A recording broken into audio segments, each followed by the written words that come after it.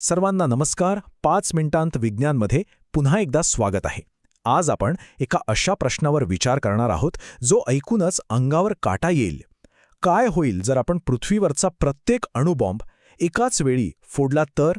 हो, तुम्ही अगदी बरोबर ऐकलत. कल्पना करा की जगभरातल्या प्रत्येक अणुवस्त्राचं ते मोठं लाल बटण एकाच वेळी दाबण्यात आलं.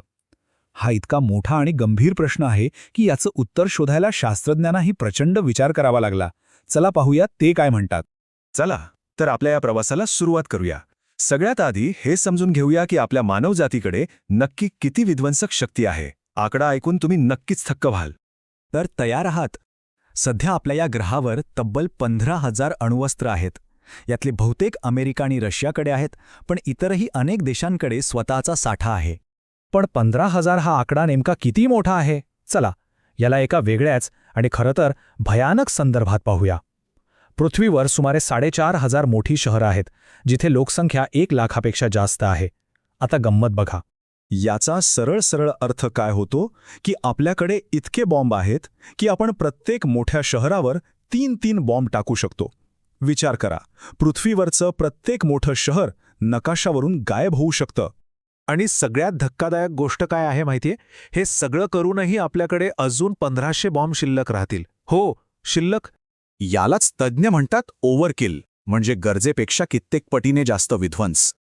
खरं तर ही परिस्थिती किती विचित्र आहे नाही का? ओके, तर आता आपण 2 भयानक शक्यता पाहणार आहोत. पहिली, आपल्याकडचे सगळे 15,000 बॉम्ब एकत्र फोडले तर काय होईल? आणि दुसरी तर याहीपेक्षा भयंकर आहे. चला पाहूया. चला राऊंड 1 सुरू करूया. अशी कल्पना करूया की आपण हे सगळे 15,000 बॉम्ब घेतले आणि ॲमेझॉनच्या जंगलात एकावर एक रचले आणि मग दाबून टाकलं ते बटन. तर मग काय होईल? सगळ्यात आधी एक 50 किलोमीटर रुंद आगीचा गोळा, जो वाटेत येईल त्या प्रत्येक गोष्टीची वाफ करून टाकेल.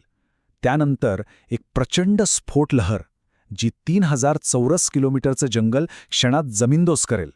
मग संपूर्ण ॲमेझॉन आगीच्या भक्ष्यस्थानी पडेल. विषारी किरणोत्सर्गी धूळ जगभर पसरेल आणि शेवटी काही वर्षांसाठी न्यूक्लिअर विंटर येईल, ज्यामुळे पृथ्वीचं तापमान अक्षरशः गोठून जाईल.